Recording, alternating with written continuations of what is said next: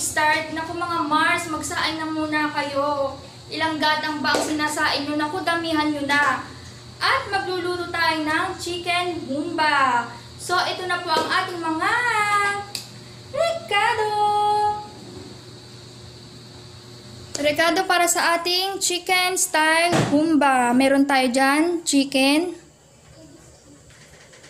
Gagamit din tayo dyan ng garlic, ng sibuyas, or kahit anong sibuyas, pwedeng-pwede kung anong na dyan sa iyong kusina, yun ang gamitin mo. At syempre gagamit din tayo dyan ng sugar, ng black beans, ng vinegar, at syempre gagamit din tayo dyan ng soy sauce. At syempre, gagamit din tayo dyan ng pineapple juice. And of course, gagamit din tayo dyan ng star anise at laurel. At ng banana blossom, ng ground black pepper at ng tubig. At ang ating cooking oil. So tara na at umpisahan na yan. Bago tayo mag-isa, syempre i-marinate muna natin ang ating chicken ng mga 1 hour kung nagmamadali ka. Or kung hindi ka naman nagmamadali, pwede rin overnight. Ilagay na natin ang ating soy sauce.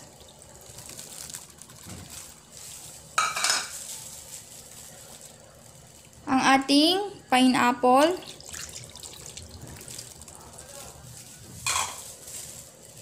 At ang ating vinegar. So, halu-haluin mo lang.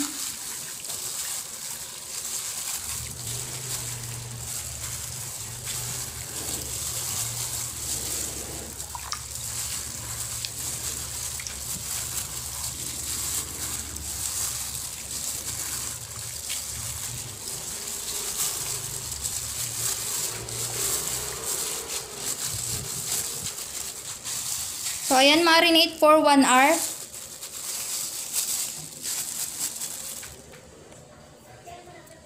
So, after 1 hour, ayan, salain mo na. So, mag-i-start na tayo mag-gisa. At itong ating pinagbabara ng ating chicken ay gagamitin din natin yan mamaya. So, ayan na nga, naglagay na ako ng cooking oil sa ating pan. So, painitin ko muna siya ng bahagya bago natin ilagay ang ating chicken. Nang sa ganun ay hindi magdikit-dikit.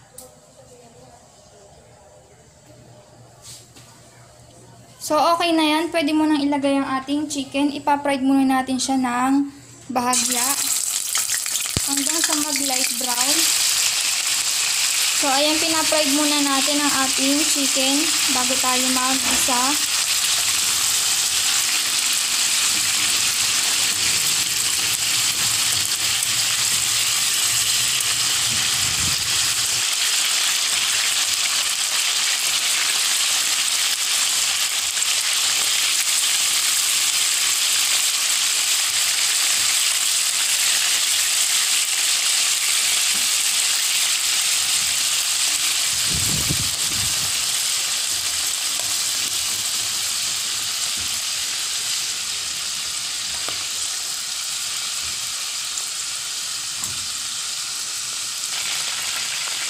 So, gamit yung pinagprituhan ng ating manok, gisin naman natin ang ating onion at ang ating garlic.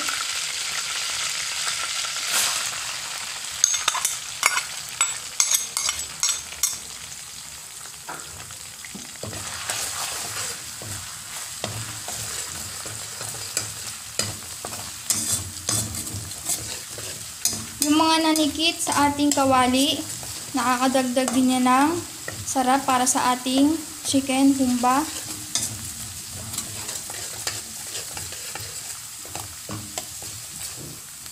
Ilagay mo naman ng sibuyas.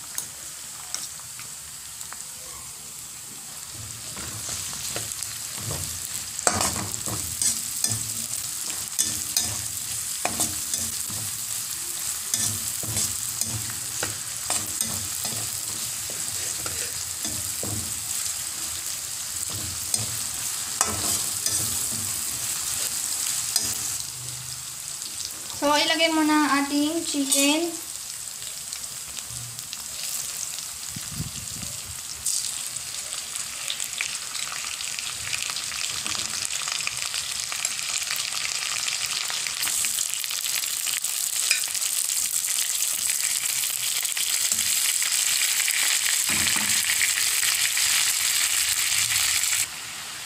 So, ilagay mo na din ang ating star anise at ang ating laurel.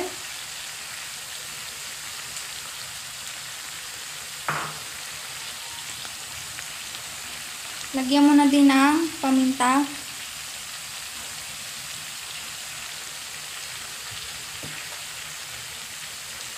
Ilagay mo na din ang ating sugar.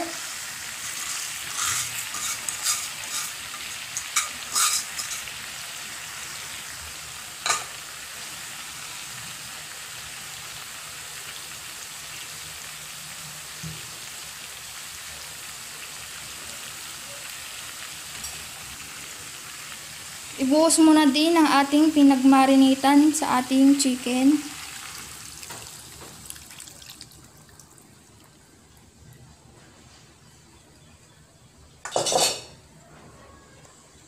At isunod naman natin ang ating water.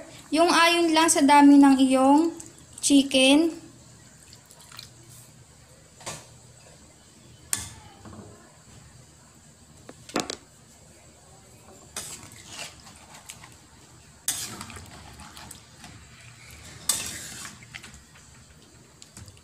Halu-haluin mo muna nang kumalat yung mga ingredients na ating nilagay.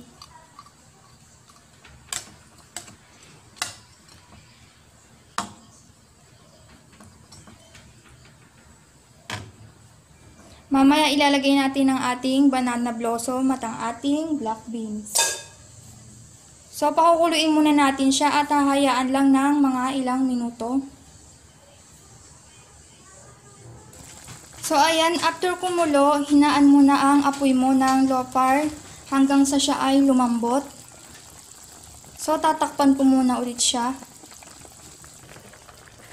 So, ayan, after 45 minutes, medyo nagmamanti-mantika na yung ating chicken humba. So, ilagay mo naman ang ating banana blossom.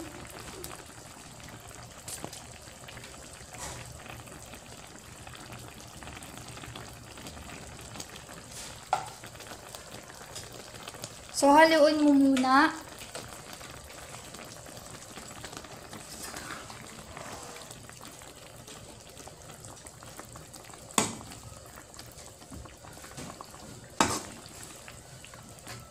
So, isunod mo na rin ang ating huling rekado, ang ating black beans.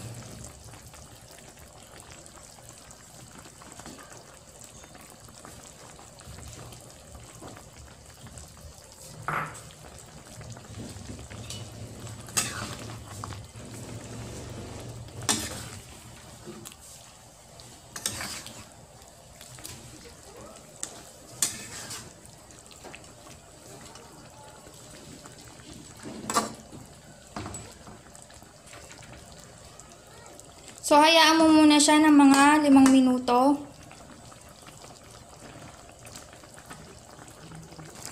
So, after 5 minutes, na nailagay natin ang ating banana blossom at ang ating black beans. So, luto na ang ating chicken humba. So, ready to serving bowl.